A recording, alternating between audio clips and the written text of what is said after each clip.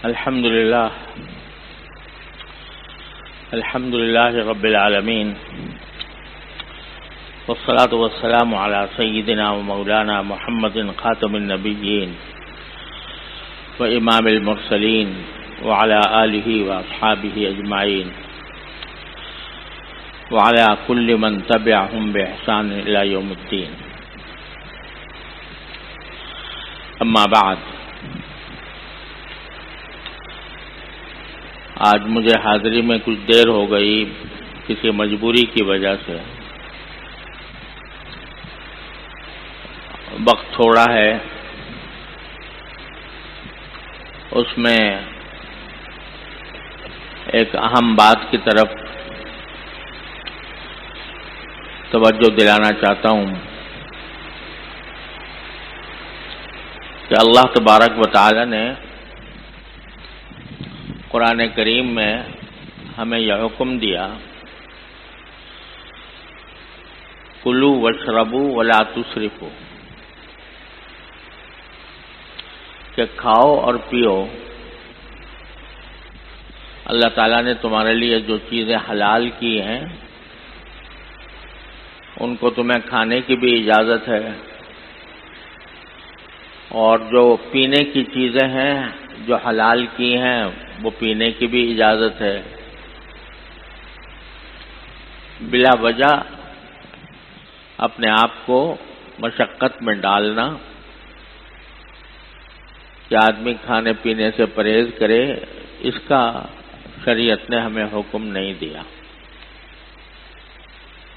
بعض مذاہب ایسے ہیں جن میں یہ کہا جاتا ہے کہ اللہ تعالیٰ کا قرب اس وقت تک حاصل نہیں ہو سکتا جب تک کہ انسان اپنے نفس کی خواہشات کو بالکل ہی ختم نہ کرے.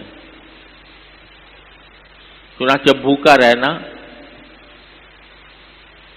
یہ مستقل ان کے ہاں ضروری ہے.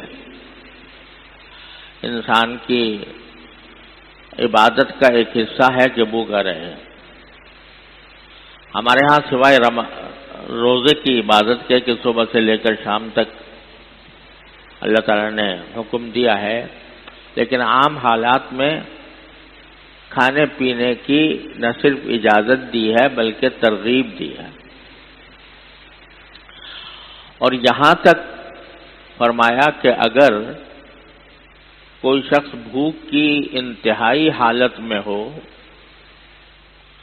اور اندیشہ ہو کہ اگر کچھ کھائے گا نہیں تو مر جائے گا، تو اس وقت میں کوئی حرام چیز کھانے کی بھی اللہ تعالیٰ نے بقدر ضرورت اجازت دے دی. اگر فرض کرو کوئی انسان بھوکا ہے اور اسے کوئی اور چیز نہیں مل رہی کھانے کے لیے، معاذ اللہ خنزیر ہی مل جائے، تو اس وقت خنزیر کھانے کی بھی اجازت دے دی اللہ تعالیٰ نے، کیونکہ اللہ تعالیٰ ہمارے اوپر کوئی ایسی مشقت ڈالنا نہیں چاہتا جو ہماری وسعت سے باہر ہو. قرآن کریم نے کئی جگہ ارشاد فرمایا کہ لا یکلف اللہ نفسا الا وسعها. اللہ تعالیٰ کسی بھی انسان کو اس کی وسعت سے زیادہ کام کا مکلف نہیں کرتا، یعنی اس پر کوئی ایسا کام لازم نہیں کرتا جو اس کی وسعت سے باہر ہو. یہ دین فطرت ہے. اس واسطے جو ہماری جائز ضروریات ہیں، جائز خواہشات ہیں، اللہ تعالیٰ نے ان سب کی ہمارے دین میں پوری رعایت رکھی ہے. اس لیے فرمایا کہ کھاؤ اور پیو، دونوں باتوں کی اجازت دی. بس صرف اتنا خیال رکھو جو کھا رہے ہو وہ حلال ہو، جو پی رہے ہو وہ حلال ہو. پھر کھانا بھی جائز اور پینا بھی جائز. بلکہ اگر اس کو اچھی نیت سے کھایا پیا جائے کہ یہ اللہ تعالیٰ کی نعمت ہے، میں کھا کر اس کا شکر ادا کروں گا اور اپنے نفس کا حق ادا کروں گا، تو اس نیت سے کھانا پینا عبادت بھی بن جا سکتا ہے، اجر و ثواب کے سبب بھی بن جاتا ہے. لیکن آگے ایک لفظ یہ ارشاد فرمایا کہ ولا تسرفوا، اسراف نہ کرو، فضول خرچی نہ کرو، اور ان اللہ لا يحب المسرفین، اللہ تعالیٰ فضول خرچی کرنے والوں کو پسند نہیں کرتا۔ یہ فضول خرچی کیا ہے کہ جتنی باقی انسان کو ضرورت ہے اس سے زیادہ کھائے، یہ بھی اسراف ہے، اور اپنے پیٹ کے اوپر زیادہ بوجھ ڈال دینا جس سے آدمی بیماری کا سبب، جو بھی انسان کے لیے بیماری کا سبب بن جائے، یہ اسراف ہے۔ اور دوسری چیز اسراف یہ ہے کہ اللہ تعالی کی کسی بھی نعمت کو بیکار ضائع کرنا، اللہ تعالیٰ کی کسی بھی نعمت کو بیکار ضائع کرنا، یہ اسراف ہے، اور یہ قرآن کریم نے صاف لفظوں میں اس سے منع فرمایا، ان اللہ، اور فرمایا کہ جو ایسا کرتے ہیں وہ اللہ تعالیٰ ان کو بالکل پسند نہیں کرتا۔ لہذا جب آدمی کھا رہا ہو تو اس میں بھی اس بات کا خیال رکھے کہ بھئی جتنا میں کھا سکتا ہوں اتنا ہی میں نکالوں اپنے کھانے کے لیے، ایسا نہ ہو کہ اکٹھا نکال لیا بہت سا اور اس میں سے کھایا صرف تھوڑا بہت، اس کے بعد جو باقی بچ گیا وہ پھینک دیا یا بیکار کر دیا، یہ اسراف ہے۔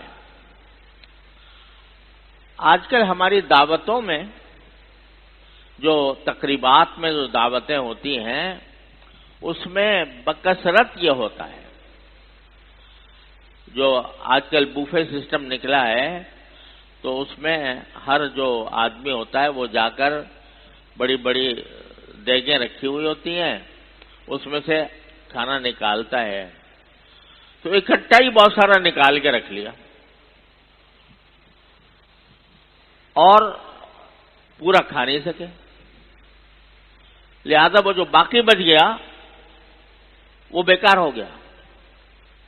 وہ اللہ تعالیٰ کی رزق ہے، اللہ تبارک و تعالیٰ کی عطا ہے، اس کو بیکار چھوڑنا، بیکار ضائع کرنا، یہ اللہ تعالیٰ کی ناشکری ہے۔